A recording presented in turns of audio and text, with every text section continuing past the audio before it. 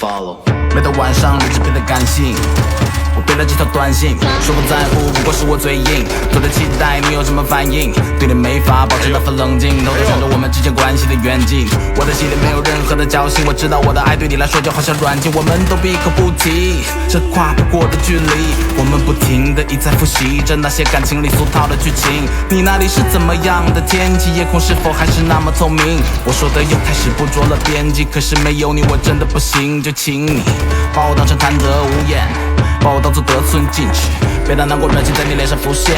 我也难过的像照着一面镜子，多么希望和你在一起的时间，那些快乐可以突然静止，多么希望时间可以快点，带我和你一起体验生老和病死。我想过下次会更好，也开始更加了解你的脾气，可是下次我们还是争吵，下次可能还是不留余地。我爱你不遗余力，在爱里不停期待奇迹，不忍看你这么痛苦又不愿离去。那我 follow， 一直走，一直